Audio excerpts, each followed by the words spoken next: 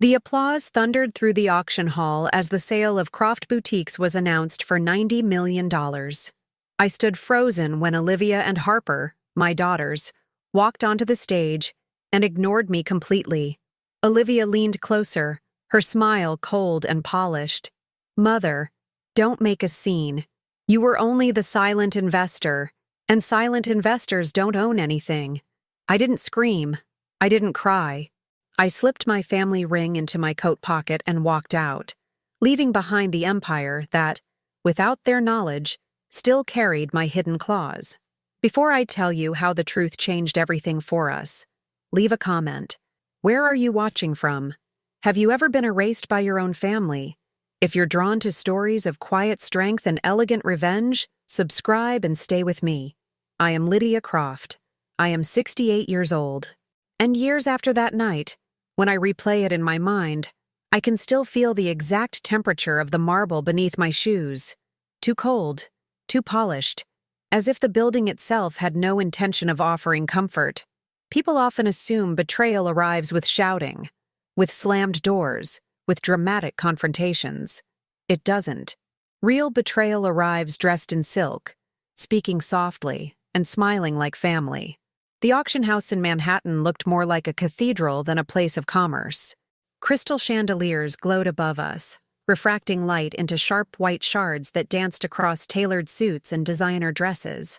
The air smelled of champagne, leather portfolios, and something sharper: anticipation. Wealth has a scent. It always has. That night, it was thick enough to taste. Croft Boutiques had never belonged in a room like that. I built my stores to feel intimate: linen curtains that softened daylight, warm oak floors that welcomed women instead of intimidating them, mirrors placed deliberately low, so no one felt judged by their reflection. I believed retail could be gentle, that beauty could be quiet, that elegance didn't need to announce itself. And yet there it was, my life's work reduced to a single line on a glowing screen, accompanied by applause from strangers who had no idea what they were truly buying. When Olivia stepped forward, the room leaned in. She carried herself with the confidence of someone who had rehearsed this moment many times. Navy silk clung to her perfectly tailored suit, her hair smooth, her posture impeccable. Harper followed, half a step behind, her expression restrained, calculating. Harper had always been the quieter one. Not softer, just sharper in a way that rarely made noise. They spoke in practiced phrases: strategic acquisition, brand consolidation, a natural evolution of the Croft legacy. Legacy. The word landed like an insult. Neither of them looked at me. Not once. I sat in the second row, hands folded neatly in my lap, exactly where they wanted me. Visible enough to prove their dominance, invisible enough to deny my existence. I remember the sound of the gavel. It was louder than the applause, final, absolute, a sound designed to end things. As the room erupted in congratulations, Olivia finally turned toward me.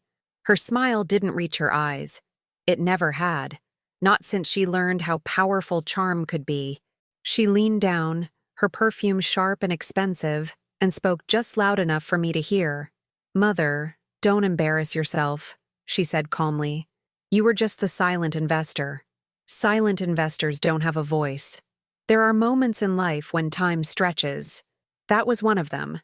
I noticed absurd details: the faint tremor in her left hand, the way Harper's jaw tightened just slightly, the distant clinking of glasses behind us. I felt no urge to defend myself, no instinct to argue. Something colder settled in my chest instead. I nodded, not because I agreed, but because I understood. I reached into my coat pocket and wrapped my fingers around my family ring. Gold, worn thin from decades of use. My grandmother's ring, a symbol of continuity, of foresight, of promises made quietly and kept privately. I slid it off my finger and held it there, hidden from view, grounding myself in its familiar weight. Then I stood. No one stopped me. No one asked if I was all right. People rarely do when they believe your relevance has expired. I walked past the rows of bidders, past the velvet ropes, past the security guards who suddenly avoided my eyes. The doors closed behind me with a soft, almost polite sound. Outside, Manhattan breathed on me. Cold air, traffic noise, life continuing without pause. I stood on the steps for a moment, letting the night settle. I felt older than I ever had, and stronger. Because what Olivia and Harper never understood, what they could never understand, was that silence had always been my weapon. Years earlier, when Croft Boutiques was still just an idea sketched on notepads at my kitchen table, I learned a lesson my daughters never did. Power does not live in volume. It lives in preparation.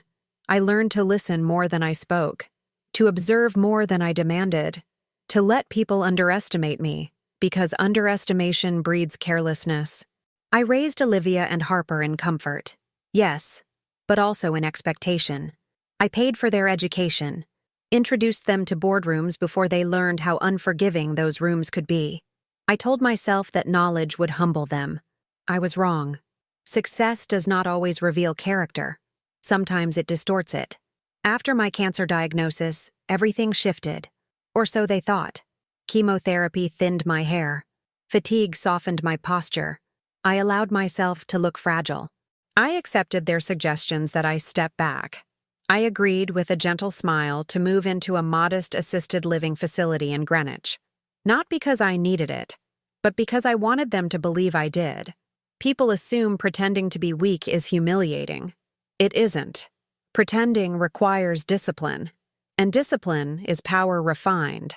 From that quiet room with its pale curtains and antiseptic scent, I watched my daughters grow bolder, contracts signed without my consultation, assets restructured, my name removed from meetings under the guise of concern for my health, each decision documented, each exclusion noted. I never protested. I never objected. Silence invites confidence, and confidence invites mistakes. That night at the auction was not the beginning of my downfall. It was the confirmation of their betrayal. As my car pulled away from the curb, the city lights blurred past the window. $90 million. That was the number everyone celebrated. What none of them questioned was why the transaction moved so quickly, why certain approvals bypassed traditional safeguards, why a woman known for meticulous control had suddenly vanished from the process. They assumed illness had dulled my mind. They assumed age had weakened my grip. They assumed wrong. Because decades earlier, long before Olivia learned how to weaponize a smile, long before Harper mastered the art of strategic silence, I wrote something into my will. A clause so private, so specific, that only one other person knew of its existence. A safeguard designed not for strangers, but for family. As I leaned my head back against the seat and closed my eyes, I felt no grief, only clarity, the kind that arrives when the final illusion shatters. They had taken my boutiques. They had taken my public legacy.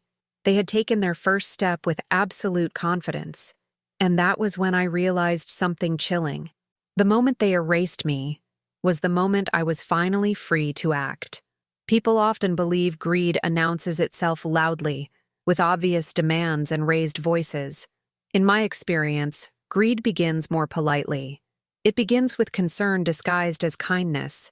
It begins with suggestions framed as protection. And in the weeks that followed the auction, I began to see those first cracks clearly. From my small room in the assisted living facility in Greenwich, I watched my daughters transform. The building smelled faintly of disinfectant and overcooked vegetables, a smell meant to suggest care but one that always reminded me of containment. The walls were painted a soft, apologetic beige. Everything about the place whispered, "You are being taken care of now. You no longer need to decide." Olivia visited first. She arrived one afternoon with a smile practiced to perfection, carrying a bouquet of pale roses that matched the neutrality of the room. She kissed my cheek lightly, careful not to disturb my hair, as if I might break. "Mother," she said, lowering herself into the chair across from my bed, "you must feel relieved. Everything is handled now." Handled. The word lingered in the air between us. She spoke slowly, carefully, as if addressing a child. The sale had gone better than expected, she told me. The transition was smooth. Investors were thrilled. And most importantly, I wouldn't have to worry anymore. No more stress. No more decisions. No more responsibility. I nodded as I always did. Relief, however, was not what I felt. What I felt was calculation. Hers and mine. Olivia's eyes flicked around the room as she spoke, taking in the outdated furniture, the thin curtains, the modest television mounted too high on the wall. I recognized that look. She was measuring the distance between where I was and where she believed I belonged. You know, she continued, lowering her voice conspiratorially, Harper and I agreed it's best if you don't concern yourself with numbers anymore. Large figures can be confusing. Confusing. Another carefully chosen word. I smiled faintly. Of course, I said softly. You've always been so good with numbers. She relaxed immediately. Greed feeds on agreement, on silence, on perceived surrender. When Harper visited, her approach was different. She came without flowers, without unnecessary gestures. She brought documents instead, neatly stacked, professionally bound. She placed them on the small table beside my bed with deliberate care. These are just formalities, she explained. Updates, compliance matters, nothing you need to trouble yourself with. I asked her to walk me through them. She hesitated, just for a moment. Then she summarized instead. Not details, outcomes, conclusions, results. Harper never enjoyed explaining process. She preferred control. As she spoke, I noticed small inconsistencies. A delayed transfer here. A valuation adjusted downward there. A reference to my medical condition embedded in the language, subtle but unmistakable. In light of Lydia Croft's declining capacity, legal words, sharpened and quiet. I said nothing. What fascinated me most was not what they did, but how quickly they assumed I wouldn't notice. That assumption revealed everything. Over the next several weeks, visits became less frequent, phone calls shorter. When I did hear from them, it was always framed as reassurance. Everything is under control. You should focus on your health. This is what's best for everyone. Best for everyone rarely includes the person being erased. From my window, I could see a manicured lawn where residents shuffled slowly under supervision. Some stared into space. Some clung to old routines. I did neither. Instead, I watched my daughter's movements through digital trails, press releases, filings, quiet announcements in financial newsletters. Olivia enjoyed visibility. Harper preferred shadows. Together, they were effective. Too effective. What unsettled me was the speed. Croft Boutiques had never moved quickly. Deliberation was part of its DNA. Expansion happened cautiously. Acquisitions were studied for months. Yet now, assets shifted in days. Approvals that once required my signature sailed through with alarming ease. That told me something important. They weren't improvising. They were executing. One afternoon, Reginald called. My brother's voice was warm, familiar, layered with nostalgia. He spoke about family, about legacy, about how proud father would have been to see the business reach such heights. He spoke as if I were already a story being told in the past tense. You must feel comforted knowing it's all in good hands now, he said. Comforted was not the word I would have chosen. Reginald had always been careful. Where Olivia was bold and Harper precise, Reginald was patient. He specialized in influence without fingerprints. His involvement confirmed what I had begun to suspect. This was not opportunism. This was coordination. Felix followed soon after, my nephew, eager and restless. He called me Aunt Lydia, with exaggerated affection, telling me how inspiring I was, how everything he'd learned about business came from watching me.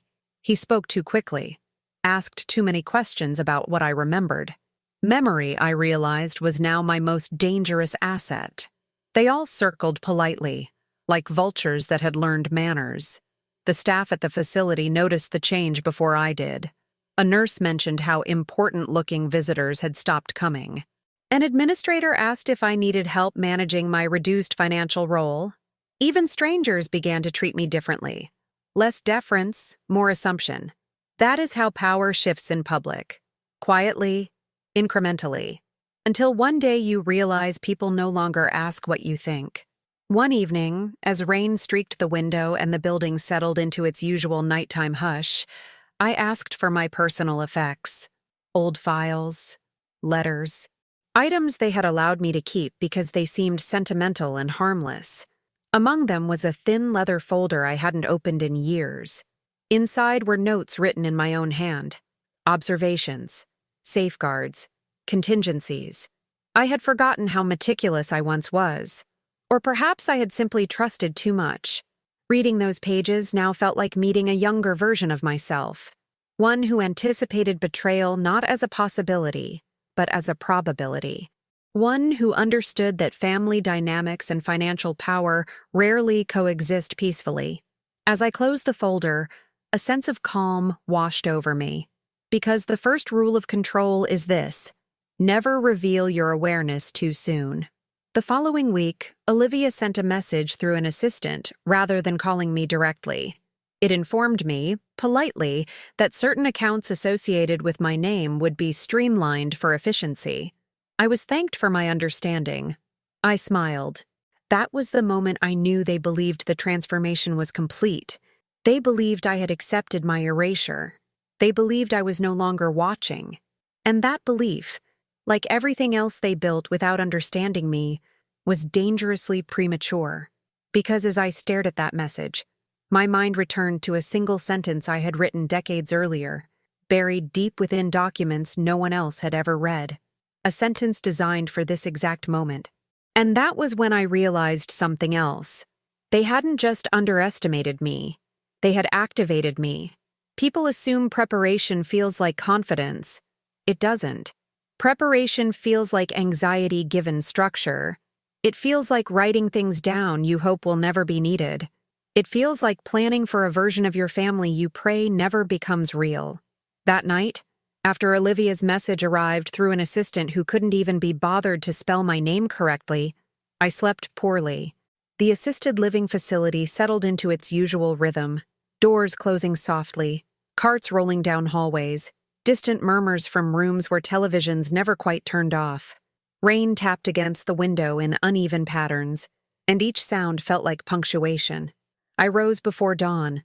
The room looked different in early light, less apologetic, more honest. Shadows revealed corners I had stopped noticing.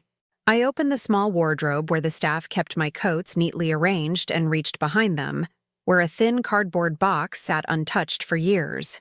No one had ever asked what was inside. They assumed it contained shoes or letters or things too old to matter. Inside were documents I had never destroyed.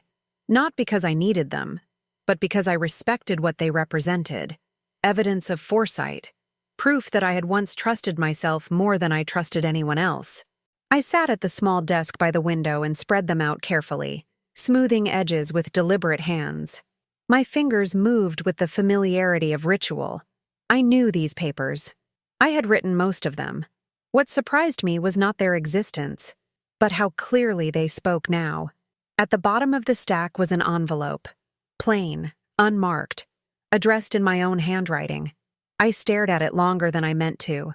It felt heavier than paper should, as if it carried the weight of a conversation between two versions of myself, one hopeful, one resigned. I broke the seal slowly, aware of the symbolism even as I pretended not to be. Inside was a letter. It began simply, "If you are reading this, it means you were right to prepare." I closed my eyes. I had written it after Olivia's 35th birthday, a night that had ended with champagne smiles and subtle tension, a night when Harper barely spoke, and Reginald lingered too long near the study, a night that had left me uneasy for reasons I couldn't articulate at the time. The letter was not emotional. It was precise. It detailed observations I had made over years, patterns of behavior, moments of entitlement disguised as ambition, small lies that grew bolder when unchallenged. It did not accuse. It documented. I read slowly, absorbing each sentence as if it were new. "You have noticed how quickly they assume your absence," it read. "You have noticed how easily concern becomes control. I had forgotten how sharply I once trusted my instincts. The letter referenced attachments, files I had stored elsewhere, instructions I had left with someone I trusted implicitly, someone whose loyalty had been tested long before money complicated everything. That name stopped me cold. Harlan Graves. I hadn't said his name aloud in years. Harlan was not a friend. He was not family. He was something far more valuable, consistent. I had hired him decades earlier, quietly, to verify information during a period when I suspected internal leaks within the company. He had delivered results without commentary, without judgment. He understood discretion not as a virtue, but as a baseline requirement. According to the letter, I had retained him again years later, under a standing agreement triggered only under specific conditions. Conditions I had now met. My hands trembled, not with fear, but with recognition. I wasn't discovering something new. I was rediscovering myself. The letter instructed me to check a specific folder, labeled innocuously, stored where no one would think to look. I retrieved it from the box and opened it carefully. Inside were copies of communications I had archived long before my illness. Emails, memos, draft agreements, early versions of documents that had later been revised without my knowledge.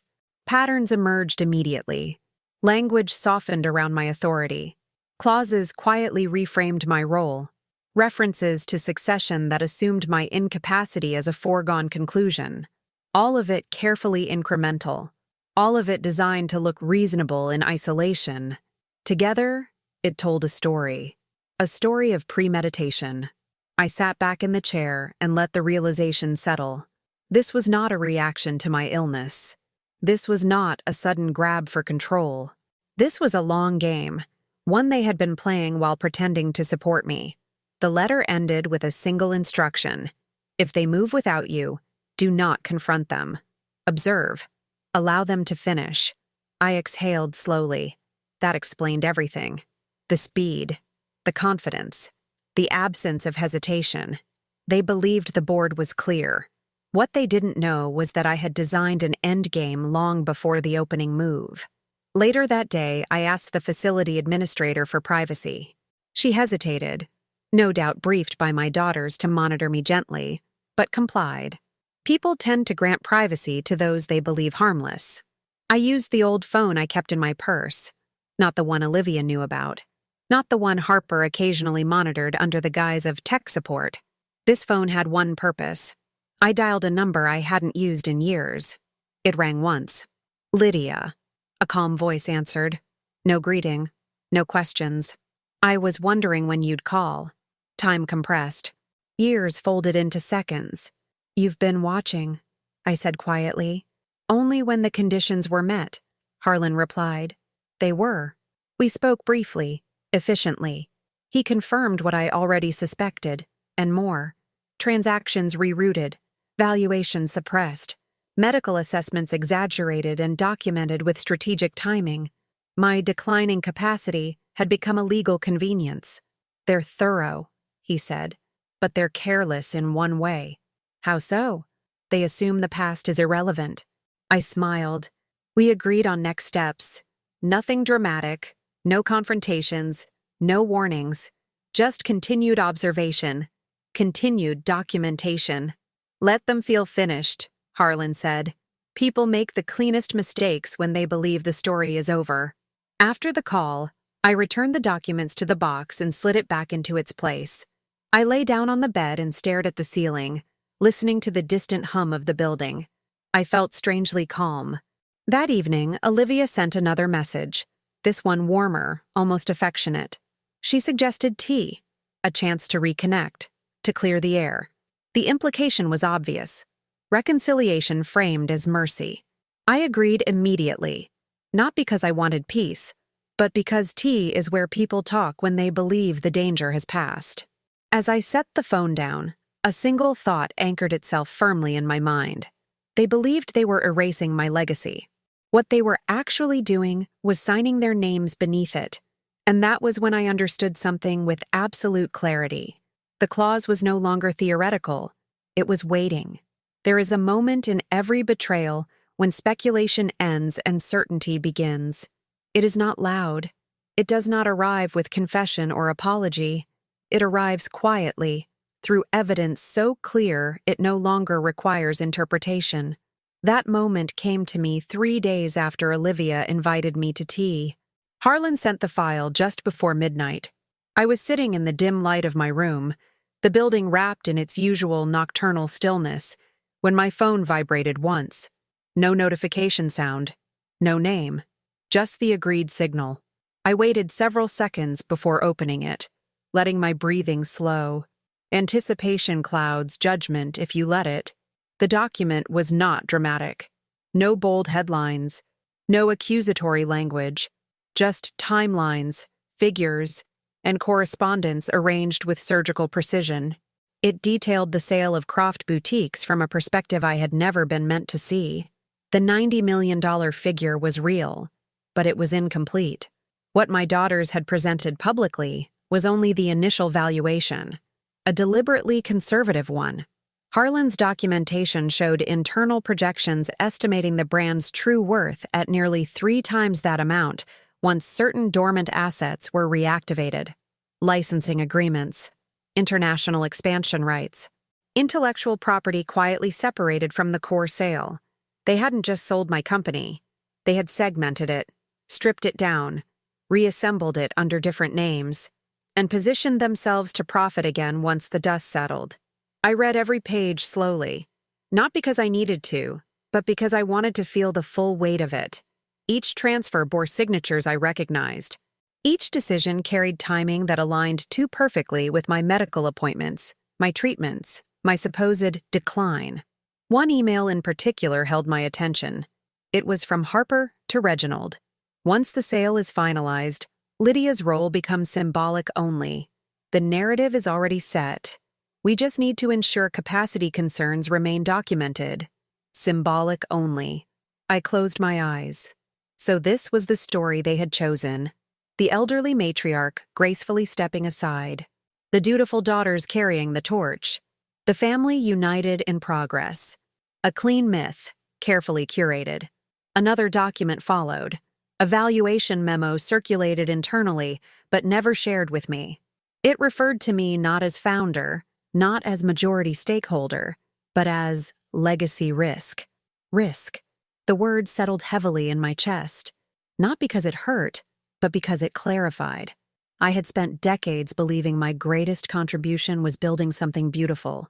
I was wrong.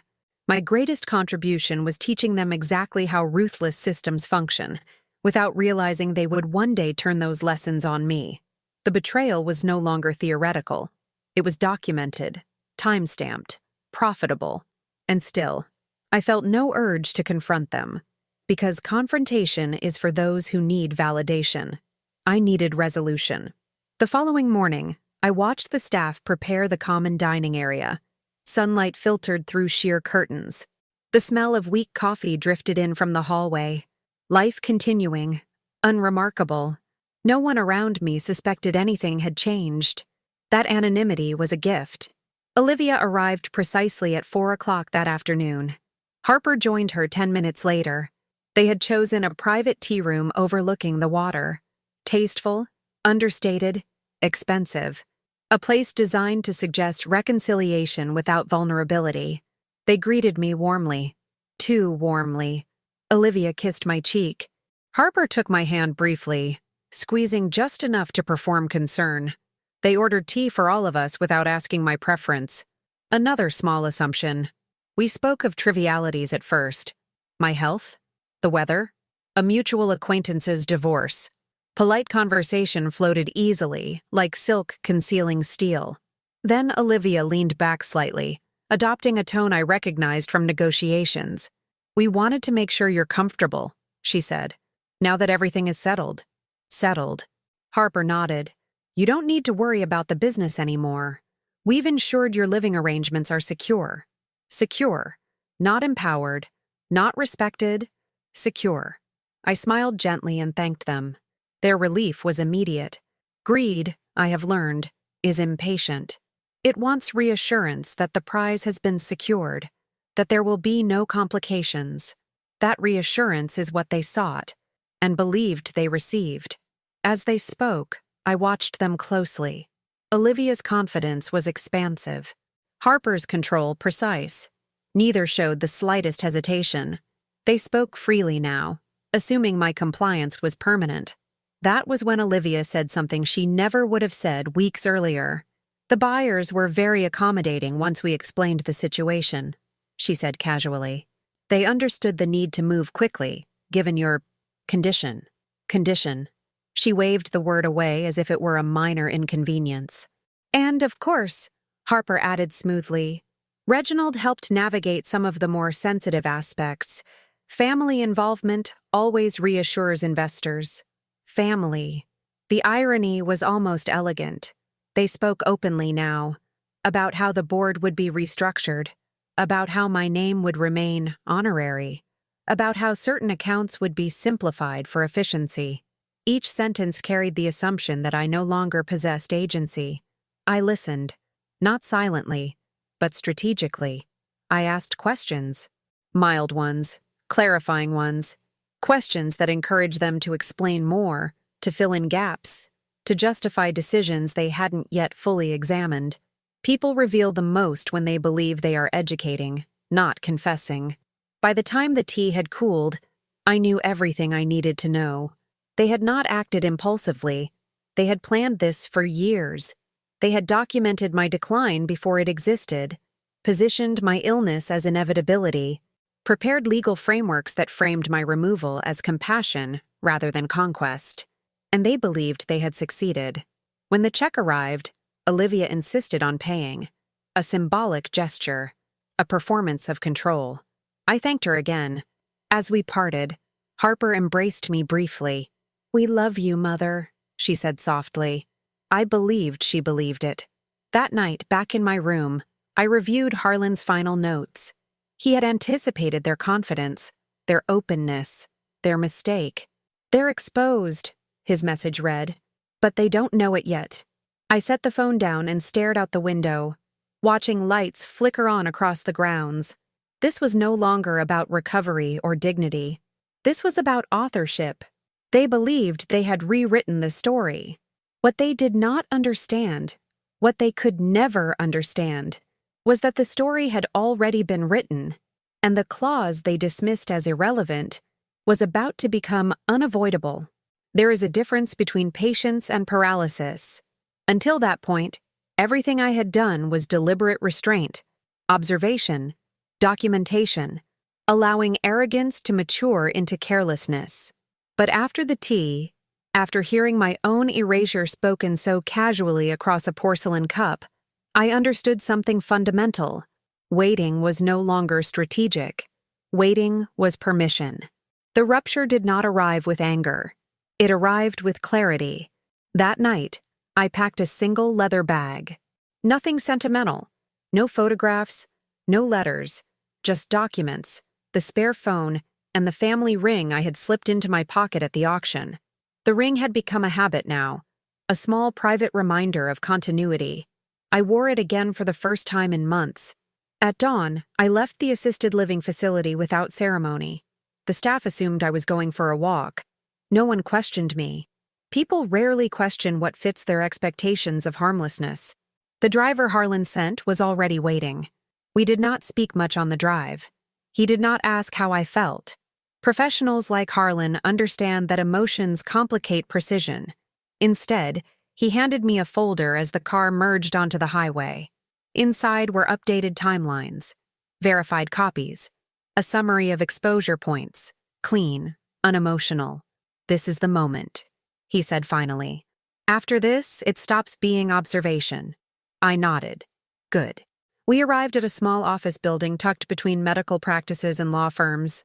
Anonymous, intentional, the kind of place no one notices until they need it desperately. Harlan was waiting inside. He looked exactly as I remembered him. Slightly grayer, slightly leaner, his expression unchanged, neutral, attentive, unassuming.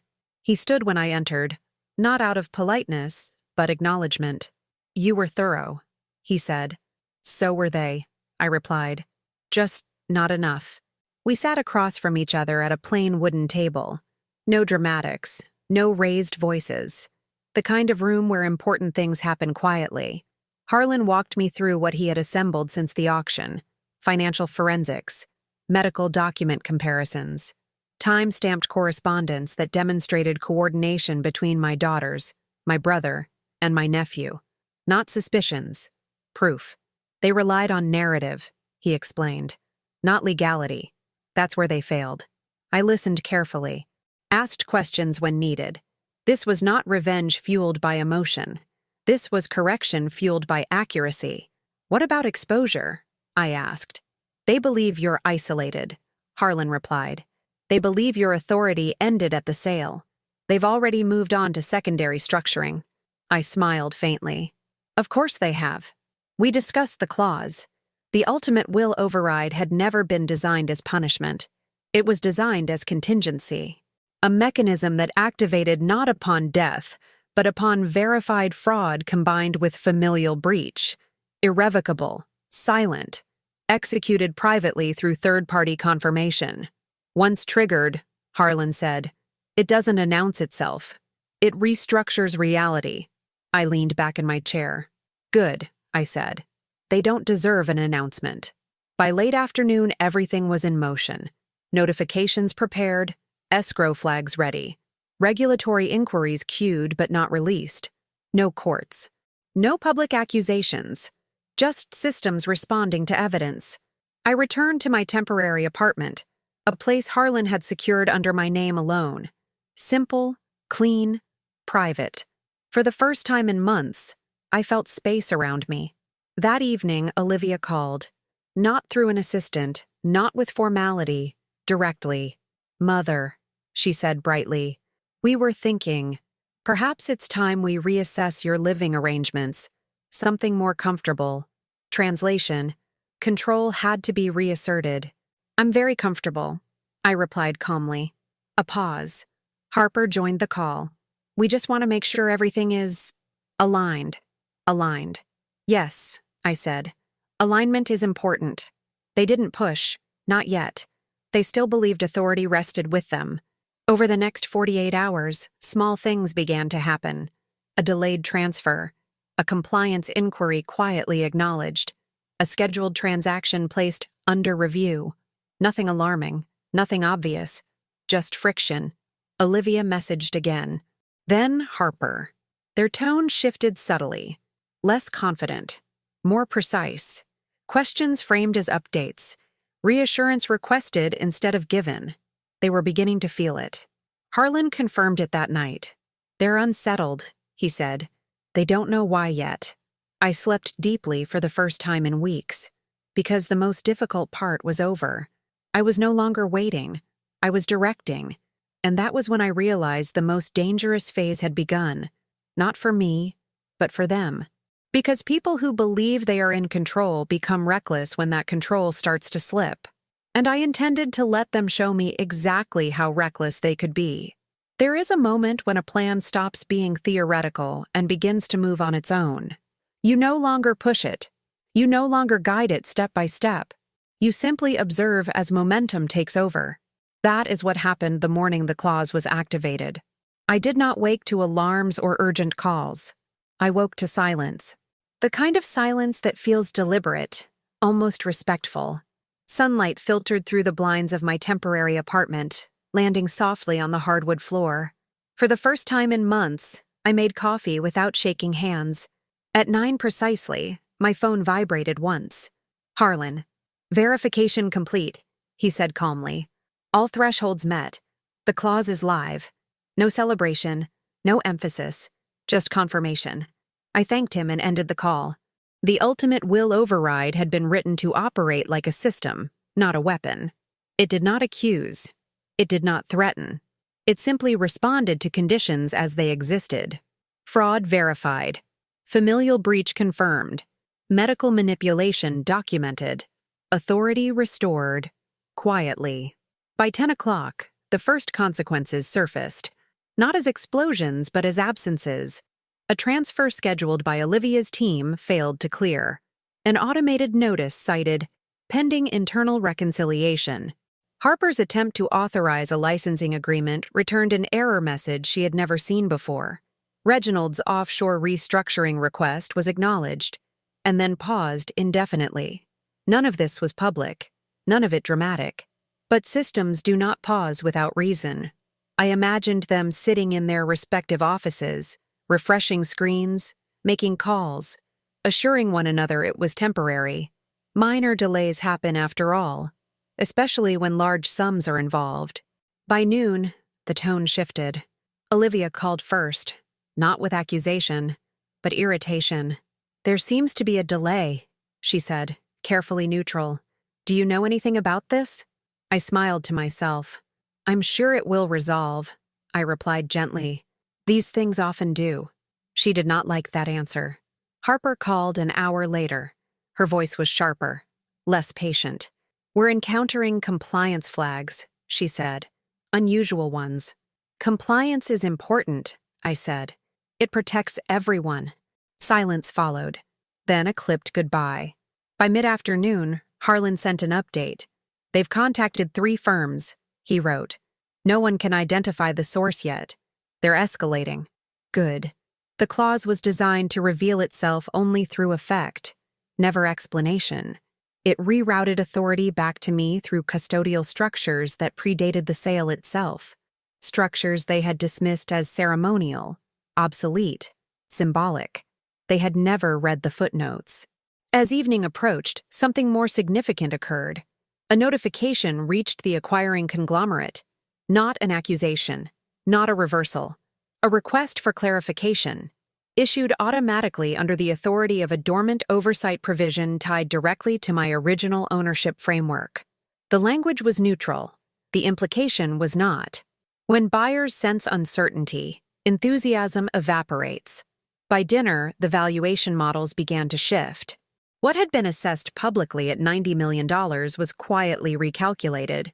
Dormant assets flagged for review. Intellectual property isolated. Expansion rights reassessed. The number did not rise all at once. It crept. 110, 150, 200. Money behaves differently when confidence fractures. That night, Olivia sent a message she did not intend to sound desperate, but did. "We need to talk." I agreed to meet the following afternoon. Tea again. Same place. Because there is something poetic about watching people return to the scene where they believed they had already won. The next morning, headlines still showed nothing unusual. Publicly, the sale stood. Privately, it was unraveling. Harper attempted to assert authority through channels that had always responded immediately. This time, responses came slowly, carefully. Requests for documentation multiplied, decisions deferred. Reginald reached out directly. "Lydia," he said warmly, as if nothing had changed. "We're encountering some resistance. Perhaps you could help smooth things over." "Smooth things over." "I'm sure you'll manage," I replied. "You always do." The call ended quickly. Felix was less composed. He left a message, voice tight, speaking too fast. "There's confusion," he said. "Some of the oversight structures. No one knew they were active. No one knew." That was the point. Harlan confirmed what I already sensed. "They're trying to locate the trigger," he said. "They believe it's procedural." "They won't find it," I replied. Because the trigger wasn't procedural, it was ethical. The clause did not activate because of a technical violation alone. It activated because intent had been established, because documentation showed not just opportunism, but coordination to erase me. By the afternoon of the meeting, the valuation had reached $270 million. Not officially, not publicly, but internally, among those who understood what was at stake, the number had become unavoidable. The tea room looked unchanged. Same soft light, same porcelain cups, same illusion of civility. Olivia arrived first. Her confidence was intact, but strained. Harper followed, posture rigid, eyes alert. They wasted no time. "There are complications," Olivia said carefully. "Unexpected ones." Harper placed her phone on the table, face down. "We need your cooperation." Cooperation.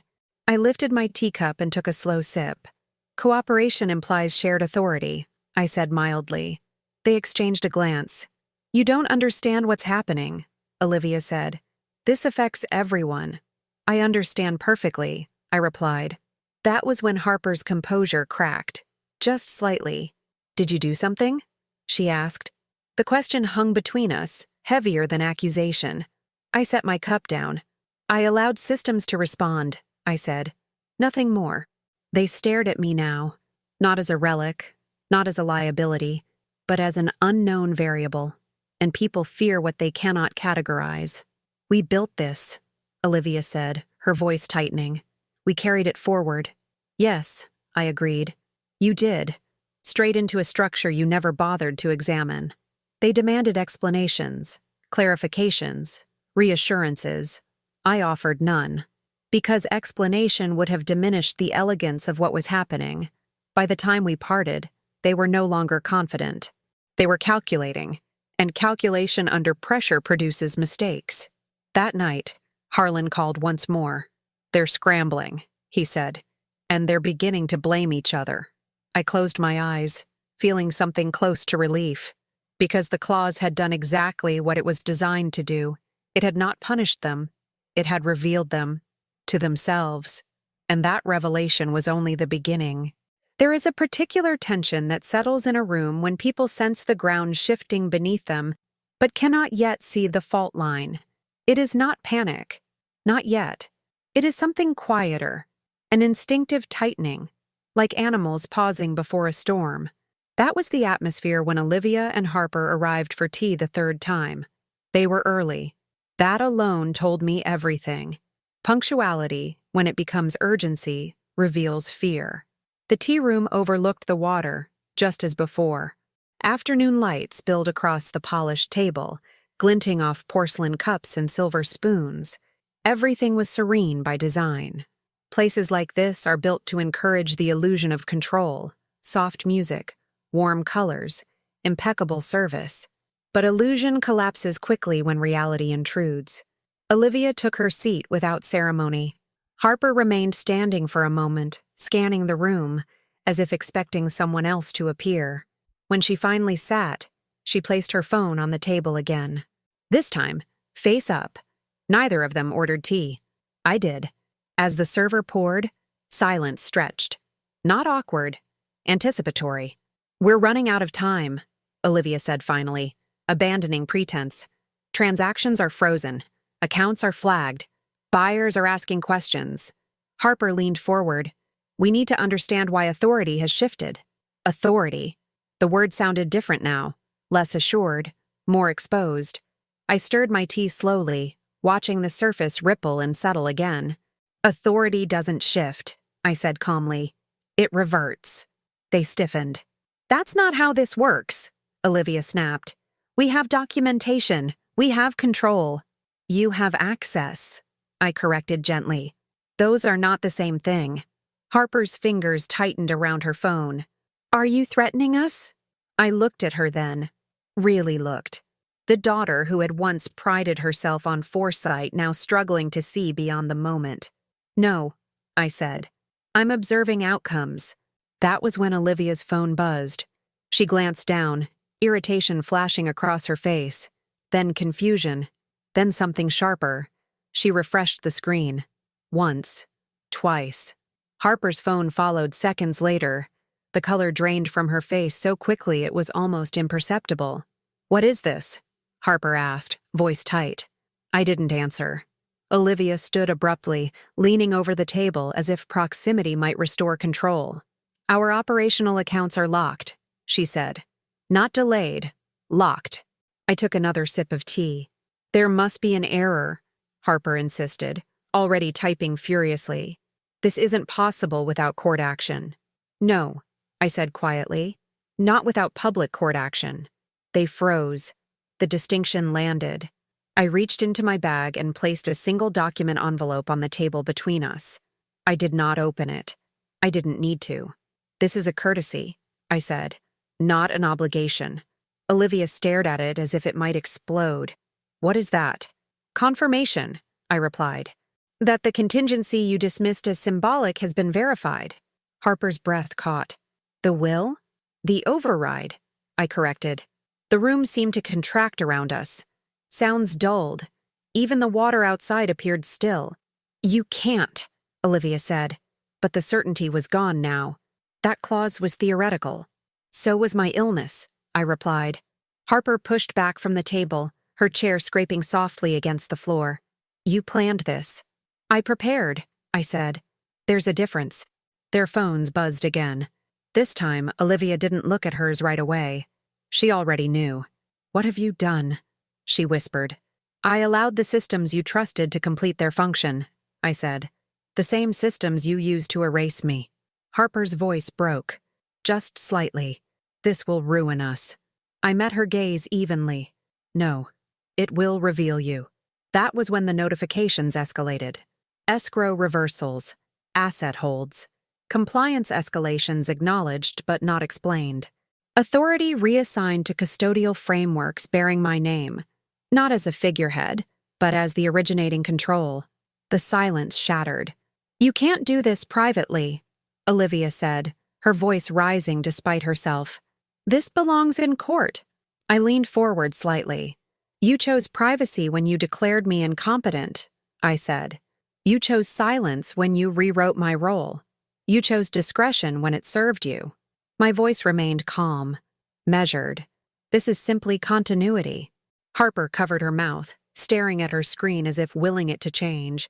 The valuation, she began, then stopped. Yes, I said. It's changed. Olivia's head snapped up. Changed how? Upward, I replied. Significantly. The realization hit them simultaneously. They hadn't just lost control. They had miscalculated scale. The assets you fragmented, I continued, were dormant by design. Once reviewed collectively, their value becomes difficult to ignore. How much? Harper asked faintly. I didn't answer, because numbers sound different when spoken aloud. Instead, I stood. The server approached hesitantly, sensing tension. I smiled at her and left a generous tip. Civility matters, even at the end of things. As I gathered my bag, Olivia found her voice again, this time sharp, desperate. You'll destroy your own family, she said. I paused. No, I replied softly. I will preserve what you abandoned. They watched me leave as if rooted to the floor. Outside, the air felt clean, clear. I walked slowly along the path by the water, my phone vibrating steadily with confirmations. Harlan's updates were precise, unemotional. Accounts frozen, authority restored, notifications delivered. By nightfall, Reginald was calling repeatedly. Felix left 3 messages, each less controlled than the last. I listened to none of them, because the final stage was not confrontation. It was consequence. Later that evening, as I sat alone in my apartment, I opened the window and let the night air in. Somewhere, decisions were being reconsidered, alliances tested, blame assigned. I felt no triumph, only completion. And as I set my phone down, I understood something with absolute certainty.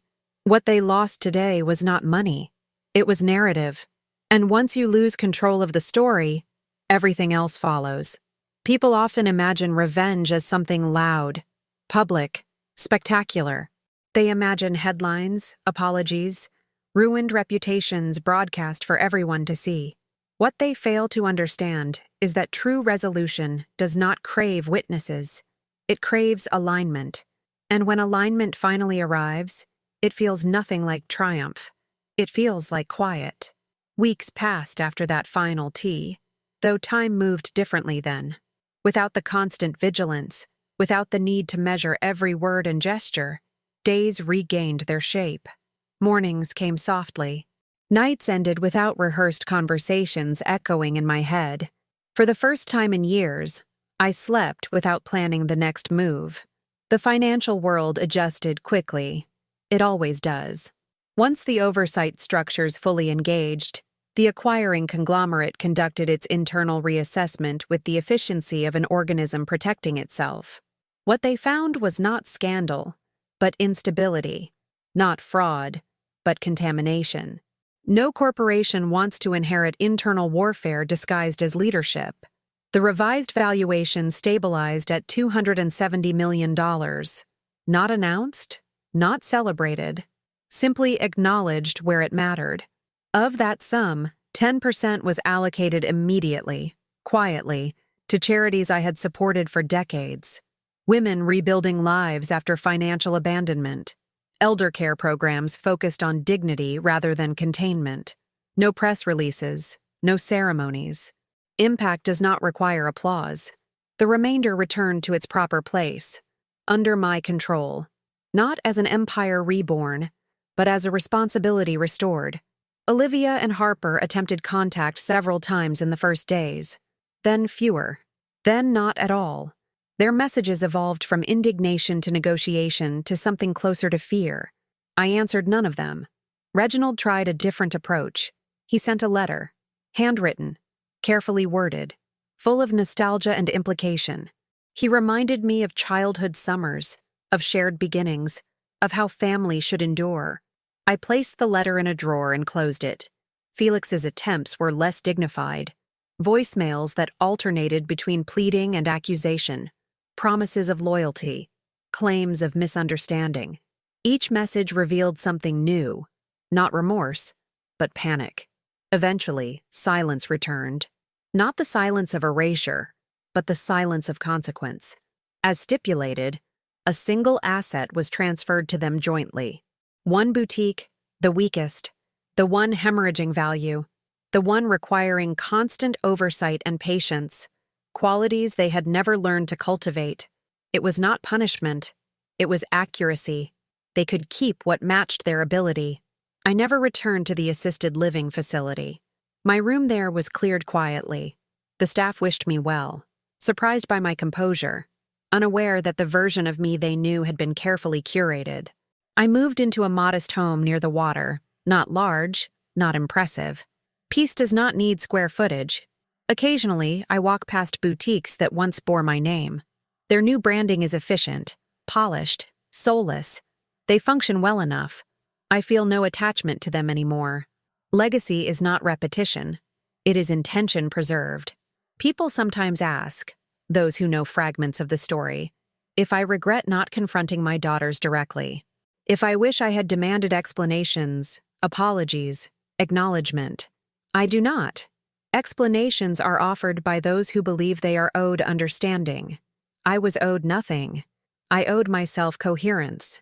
What mattered was not what they said, but what systems revealed when words were removed. I see now that the test I set decades ago was never about trust. It was about readiness. I needed to know whether my work would be stewarded or exploited, whether silence would be respected or weaponized. Whether family understood that inheritance is not entitlement. They answered clearly, and so did I. On quiet evenings, I sometimes take the family ring from my finger and set it on the table beside my chair. I think of my grandmother, her foresight, her restraint, her refusal to confuse love with surrender. I finally understand her fully now. Strength does not announce itself. It endures. If there is one lesson I leave behind, it is this: never confuse visibility with power.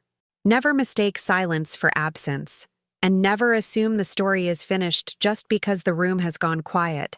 Because some endings are not written in ink. They are executed in patience. And when they arrive, they feel exactly like peace. If this story resonated with you, consider subscribing. Quiet strength deserves an audience.